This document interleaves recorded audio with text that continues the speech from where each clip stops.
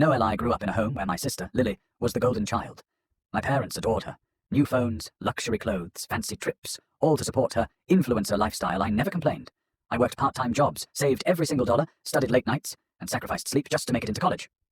When I finally cracked my entrance exam and was ready to pay my fees, I logged into my bank account, the one linked with my parents, and saw it was empty.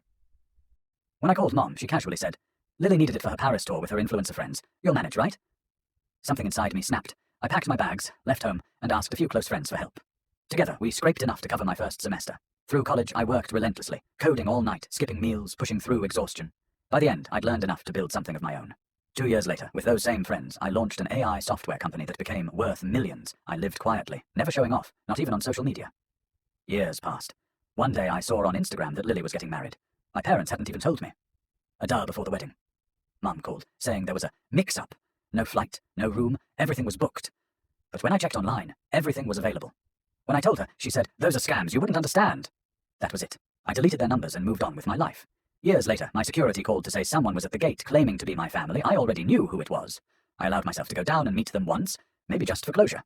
Mum greeted me sweetly, pretending like nothing had happened, but Lily immediately burst out, accusing me, saying, "You've always had it easy. Mum and Dad sacrificed so much for you, and you don't even help us now?"